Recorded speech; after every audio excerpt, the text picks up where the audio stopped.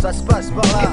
Authentique, hitanao amin'ny opération freestyle andia fatelo ao amin'ny Abidjan ny review West Tamour miaraka amin'ny Typical, Doublena, Marion, Dade la Bench, authentique fotsy mazava ho azy amin'ny 10 décembre 2024 dia mitapoantsika miaraka izany efa eny teny ihany efa eny lazalazaina teny ihany avy ny album authentique mbola miandry kelitsika dia miaritra kely focus dia efa hitanareo eny ihany ikaopy. Qu'est-ce qu'il y a? Double H, pas de ça se passe par là. Oltier, reveti buona, Doublena amin'ny Abidjan, ho avy eo koa ny album mirampy alikona.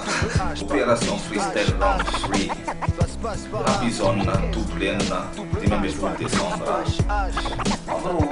Ok, lo canta che la mano dalla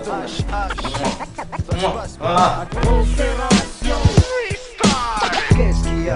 Double H, pas de ça se passe par là. Ya dia miantso ny mpankafy datalahy rehetrarehetra sy afaka amin'ny 15 décembre ao amin'ny Abidjan Tamour miaraka amin'ny Mafiana Trou opération freestyle round 3 mandray anjareo Dade la Bench sy soldat maromaro efa tongava dia aotsika mifanafana pick up amin'ny Mafianara. Qu'est-ce qu'il y a?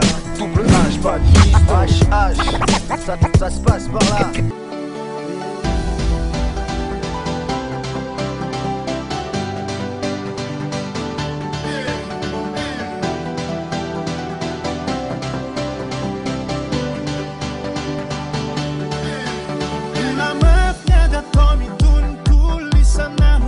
Lamark Event sy Mafianara Event manolotra anao opération freestyle andia fatelo izay atao amin'ny Abidjan West Tamour ahitantsika ny Marion, Authentique, Typical, Doublena, Dade la Bench.